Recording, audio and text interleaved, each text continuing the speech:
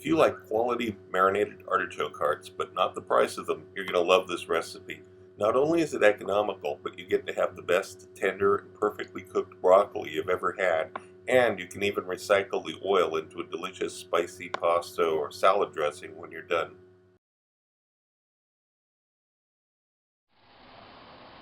Most people, when they cut up broccoli, they tend to cut it way back here and leave this long stem on, mostly because they don't want to waste the broccoli.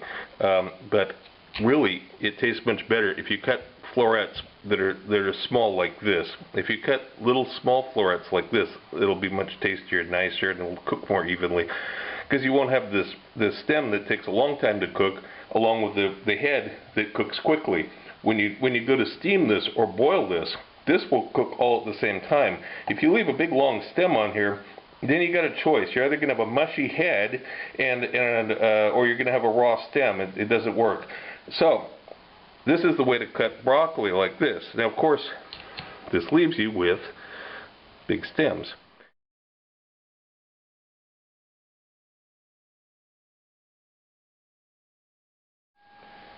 So after you trim your broccoli properly, you have these nice small florets that are going to cook very evenly, and you also have these big gnarly stems. Now you can boil the hell out of these and then grind them up and make a broccoli soup. Or what we're going to do here with marinating them is going to be a much better alternative.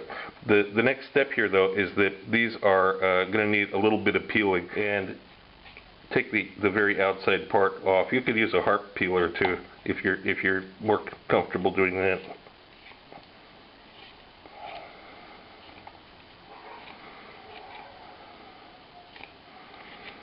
Okay, you get it down. It's a bit like trimming artichoke hearts. Now, when you get it down to here, now we can cut it up into manageable pieces that we can marinate. Just to show you, this is what I peeled off of these pieces. You know, in a restaurant, this would get boiled up and used for staff food. It would become part of the vegetable in some staff dish. At home, really, you just toss this. It's okay. But this is what you want to see. They're relatively clean. I haven't made them pristine, but that's okay, because if there's a little leaf or something, you can pick that off. These are now going to be cut up into little sections that we can, so it will be bite-sized pieces. And this is what you want to see. Yeah, like large pieces. It's similar to what you would find in a bottle of artichoke hearts. And I've assembled the other ingredients here. I've got about 40 grams of garlic, Turkish bay leaf. Don't use California bay leaf for this. Whatever you do, make sure it's Turkish bay leaf. About 40 milliliters of red wine vinegar, a tablespoon of salt, about 2 teaspoons of crushed red pepper flakes, fair amount, a couple big sprigs, maybe 3 of oregano, about, you know, a small handful of thyme. The lemon we add later, but make sure that you have it on hand, and some olive oil. And the garlic cloves, you can cut them in half if you want. I'm just going to leave them whole. I've got some of the broccoli in there. I'm putting the herbs and the bay leaf in. Where's the bay leaf? Here it is. And now I'm going to do is put some more of the broccoli over the top to make sure that the herbs don't float up to the top. Now, again, adding the other ingredients here. Got the garlic, salt, crushed red pepper flakes. Don't worry about spraying it out too much, because as soon as it starts cooking, it's all going to even out anyway. Now I've got half liter, 500 milliliter bottle of olive oil here, Italian olive oil, extra virgin. I'm going to add the entire bottle to this. This is for 400 grams of broccoli stems.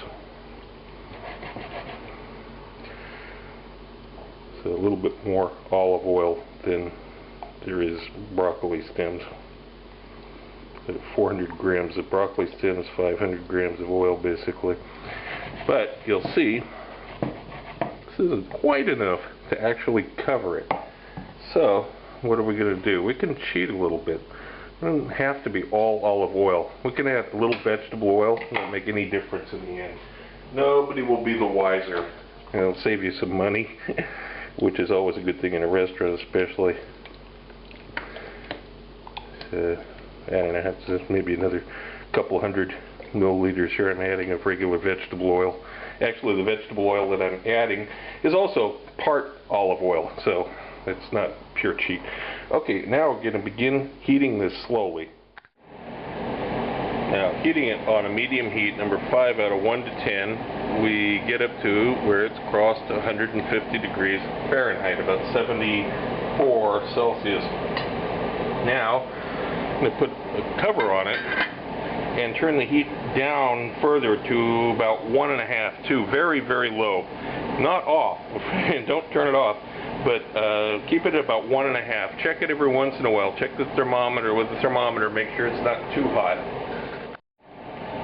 After that hour's up, we increased the temperature and brought it up to an actual boil. I'm just checking it here. Yeah, it's at about 100 degrees Celsius, 210 or so Fahrenheit. Now I've turned the heat off now that it's reached this point. I'm adding the lemon zest and the lemon juice.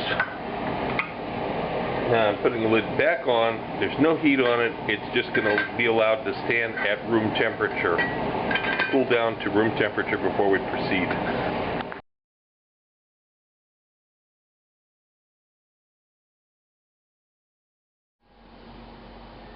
Now when it's cooled, you can package this up as one large jar, which won't cause any problems, of course, or you can put it into smaller individual serving size containers as gifts for friends.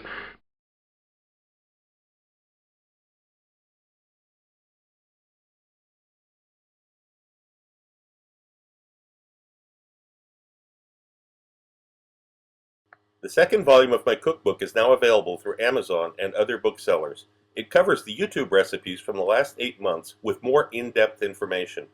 I received requests for the procedures on all recipes, and I've listened to you. Every recipe has step-by-step directions, and of course there are recipes that aren't on YouTube. But this is not just a recipe book. Far from it, as you can see from some of the topics scrolling by here. I'm certain that anyone who watches my channel and any serious cook will find this book a treasury of useful and new information you won't find anywhere else. If you want to know more about my adventures as a chef around the world and have some great laughs along the way, be sure to check out the video tour of my book, 40 Years in One Night. It's up on YouTube right now. Click the link. Also look for my cocktail book, Cocktails of the South Pacific and Beyond, Advanced Mixology, available through Amazon online.